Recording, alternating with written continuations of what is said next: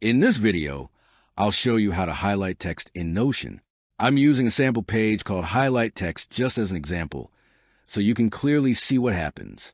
First, click and drag your mouse to select the text you want to highlight. When the text is selected, a small menu appears above the text. In this menu, click the letter A icon called Text Color. A color menu opens. Under Background Color, click a color you want. The text is now highlighted.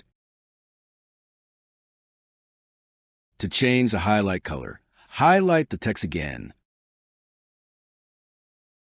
Click the letter A icon. Under Background Color, choose a different color. The highlight updates right away. If you want to remove the highlight, highlight the text again. Click the letter A icon again. Under Background Color, click the default background option.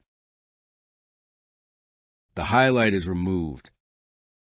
That's how you highlight text in Notion.